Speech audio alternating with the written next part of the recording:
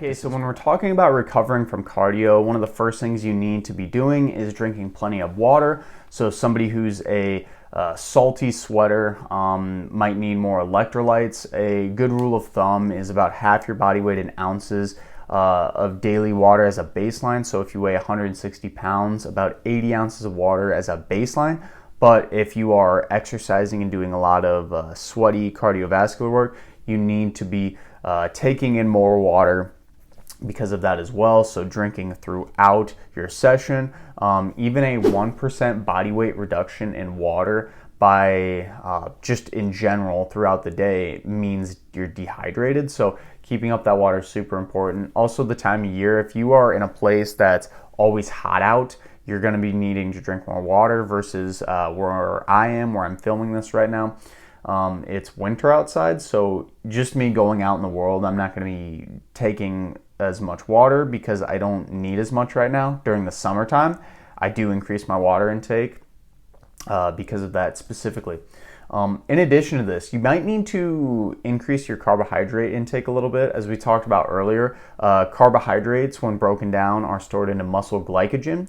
This glycogen can be readily tapped in and used for fueling our different sources of cardiovascular activity, specifically more higher intensity forms of cardiovascular activity.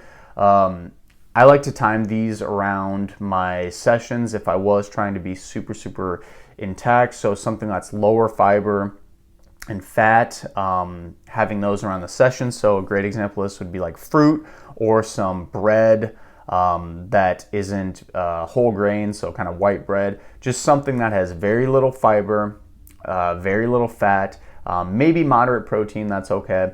But basically carbs around it, in addition to just eating more carbs in general.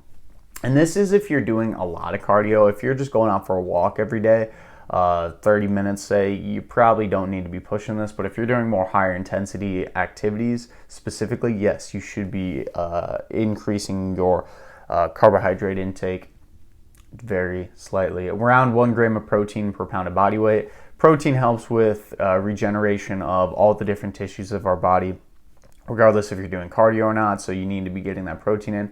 And then afterwards, make sure to add some light activity outside of your cardio. So if you're doing something more intense like running, definitely some walking. You could even do stretching, etc. Just some light physical activity where you're not sitting and doing nothing is going to be super crucial. Okay, now we can talk about some different cardio myths and some frequently asked questions that I get when it comes to cardio. We're going to rip through this list super quickly. So if you do have any more questions on this one, again, please comment below and let me know. But the first one we're going to talk about, caffeine as a performance enhancer. Does caffeine help with cardio? Yes, a lot of the basically literature on this is that, especially in endurance-based activities, caffeine can have an improvement on your overall cardiovascular work output. So if you're trying to maximize it, maybe have a little bit of caffeine before your workouts. There's a huge general rule of thumb of 3 to 9 milligrams per kilogram of body weight. This can, for me, be from about 200 milligrams of caffeine all the way up to like 500 to 700. So it's a huge range. Find what works for you and stick with that. The next myth or frequently asked question